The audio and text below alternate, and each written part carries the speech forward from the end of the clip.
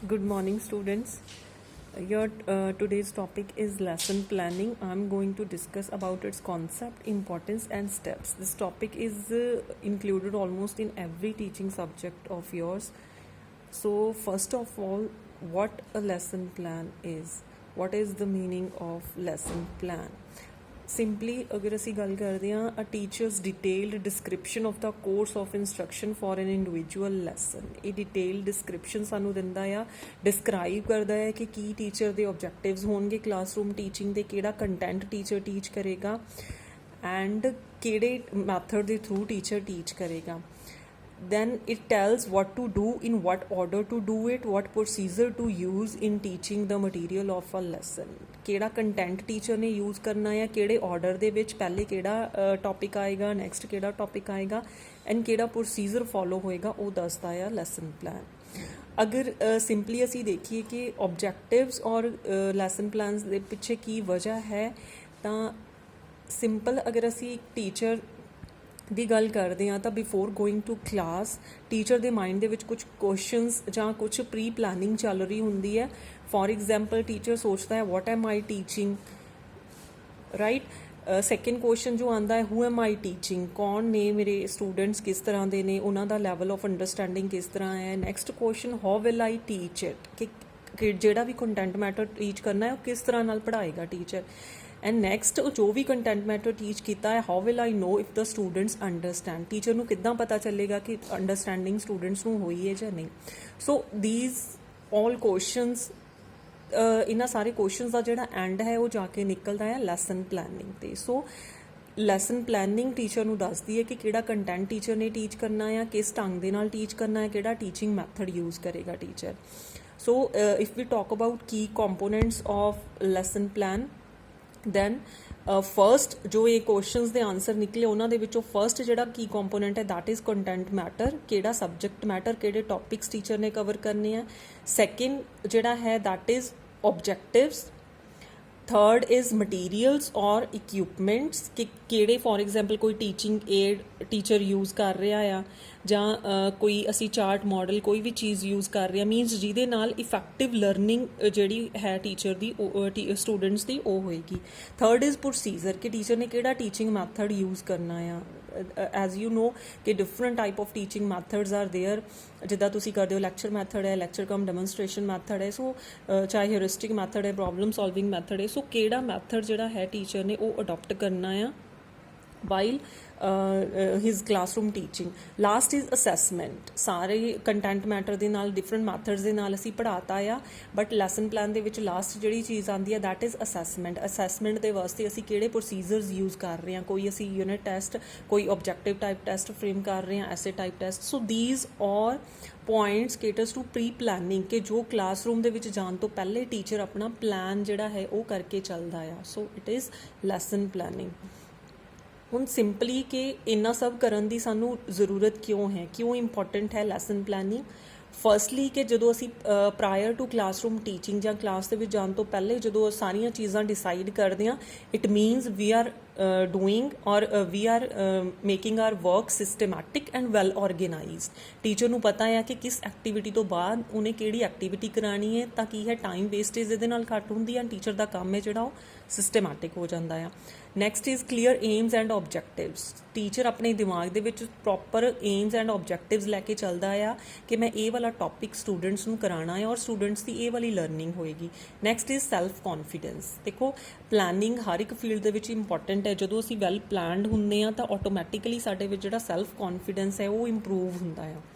Next is feeling of security. ਹੁਣ ਜਦੋਂ ਪਹਿਲੇ ਸਾਡੀ ਪਲਾਨਿੰਗ ਹੋਏਗੀ, ਟੀਚਰ ਨੂੰ ਆਪਣਾ ਕੰਟੈਂਟ ਮੈਟਰ ਜਿਹੜਾ ਹੈ ਪ੍ਰੋਪਰਲੀ ਯਾਦ ਹੈ, ਉਹਨੂੰ ਆਪਣੀਆਂ ਐਕਟੀਵਿਟੀਜ਼ ਦੀ ਪ੍ਰੈਕਟਿਸ ਹੈ ਕਿ ਮੈਂ ਕੀ ਕਲਾਸਰੂਮ ਐਕਟੀਵਿਟੀਜ਼ ਕਰਨੀਆਂ ਨੇ, ਤਾਂ ਓਬਵੀਅਸਲੀ ਇੱਕ ਤਰ੍ਹਾਂ ਦੀ ਸਿਕਿਉਰਿਟੀ ਟੀਚਰ ਨੂੰ ਫੀਲ ਹੁੰਦੀ ਹੈ.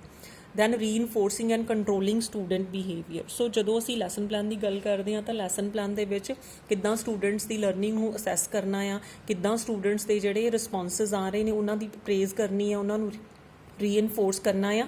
ਇਹ ਸਾਰੀਆਂ ਪ੍ਰੋਸੀਜਰਸ ਲੈਸਨ ਪਲੈਨਿੰਗ ਦੇ ਵਿੱਚ ਇੰਪੋਰਟੈਂਟ ਨੇ।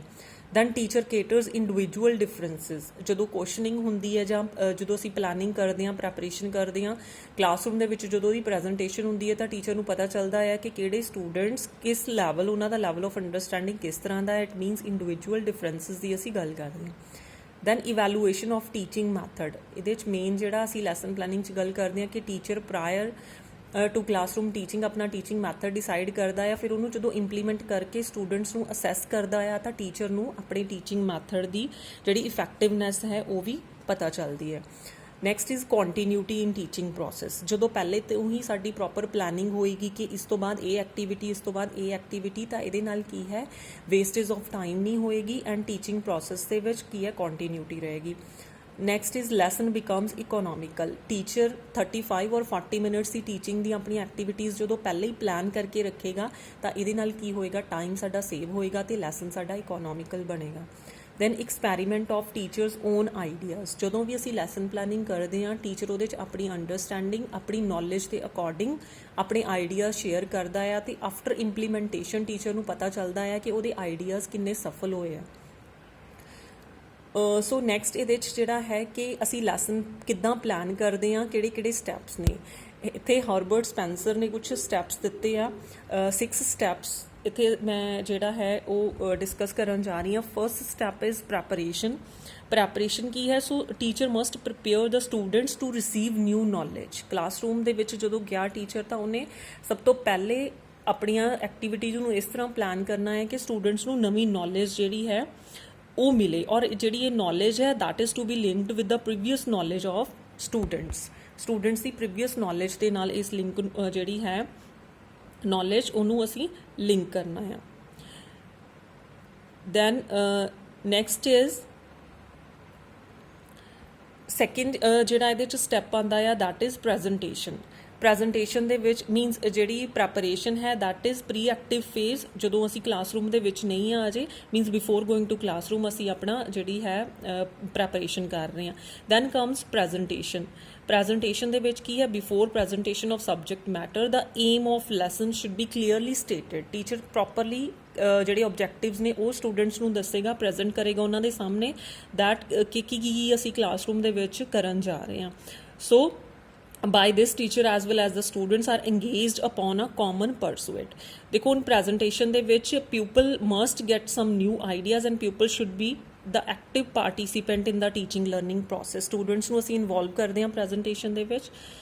ਇਹਦੇ 'ਚ ਕੁਐਸਚਨਿੰਗ ਮੇਨ ਰੋਲ ਪਲੇ ਕਰਦੀ ਹੈ ਕਿ ਸਟੂਡੈਂਟਸ ਦੀ ਅੰਡਰਸਟੈਂਡਿੰਗ ਔਰ ਉਹਨਾਂ ਦੀ ਪਾਰਟੀਸੀਪੇਸ਼ਨ ਹੋਏ। Then third process is comparison ਔਰ ਐਸੋਸੀਏਸ਼ਨ। ਇਹਦੇ 'ਚ ਕੀ ਹੈ, ਸਟੂਡੈਂਟਸ ਕੰਪੇਅਰ ਕਰਦੇ ਆ ਜਿਹੜੇ ਵੀ ਉਹਨਾਂ ਦੇ ਆਈਡੀਆਜ਼ ਨੇ with other set of examples and facts and last 'ਤੇ ਉਹ ਆਪਣੇ ਇੱਕ ਰਿਜ਼ਲਟਸ 'ਤੇ ਪਹੁੰਚਦੇ ਆ ਜੋ ਅਸੀਂ ਪਰਟੀਕੂਲਰ ਟੂ ਜਰਨਲਾਈਜੇਸ਼ਨ ਅਸੀਂ ਗੱਲ ਕਰਦੇ ਹਾਂ। ਸੋ ਇਸੇ ਤਰ੍ਹਾਂ ਇਹਦੇ 'ਚ ਫੋਰਥ ਸਟੈਪ ਇਜ਼ ਜਰਨਲਾਈਜੇਸ਼ਨ। ਜਦੋਂ ਅਸੀਂ ਪਰਟੀਕੂਲਰ ਐਗਜ਼ਾਮਪਲਸ ਨੂੰ ਸਟੱਡੀ ਕਰਕੇ ਆਪਣੇ ਇੱਕ ਆਈਡੀਆ 'ਤੇ ਪਹੁੰਚਦੇ ਹਾਂ, ਜਰਨਲਾਈਜ਼ ਕਰਦੇ ਹਾਂ ਆਈਡੀਆਜ਼ ਨੂੰ, that is fourth step. And fifth step is application. At this stage the students make use of acquired knowledge ਜਿਹੜੀ ਉਹਨਾਂ ਨੇ knowledge ਲਈ ਹੈ in familiar and unfamiliar situations। in this way the new knowledge gained by the pupil will become permanent। ਜਦੋਂ ਅਸੀਂ ਕੋਈ ਵੀ ਸਾਡੀ knowledge ਹੈ ਉਹਨੂੰ ਰੀਅਲ ਲਾਈਫ ਦੇ ਵਿੱਚ ਅਪਲਾਈ ਕਰਦੇ ਹਾਂ, ਉਹ ਵਾਲੀ knowledge ਕੀ ਹੈ ਸਾਡੀ permanent knowledge ਬਣ ਜਾਂਦੀ। ਐਂਡ ਇਹਦੇ 'ਚ ਲਾਸਟ ਸਟੈਪ ਇਜ਼ ਰੀਕੈਪਚੂਲੇਸ਼ਨ। ਜੋ ਵੀ ਅਸੀਂ ਹੁਣ ਤੱਕ ਕੀਤਾ, whether it is comparison, whether is generalisation, whether it is application, ਇਹਨਾਂ ਸਭ ਦੀ ਅੰਡਰਸਟੈਂਡਿੰਗ ਟੀਚਰ ਐਂਡ 'ਤੇ ਕਰੇਗਾ ਰੀਕੈਪਚੂਲੇਸ਼ਨ ਸਟੈਪ ਦੇ ਵਿੱਚ, ਜਿਹਦੇ 'ਚ ਕੁਐਸਚਨਿੰਗ ਕਰ ਸਕਦਾ ਹੈ, ਡਿਫਰੈਂਟ ਐਕਟੀਵਿਟੀਜ਼ ਟੀਚਰ ਕਰਵਾ ਕੇ ਦੇਖ ਸਕਦਾ ਆ। ਸੋ ਥੀਜ਼ R the basic steps involved in lesson planning। So students, this is all about the topic lesson planning, its concept, importance and steps।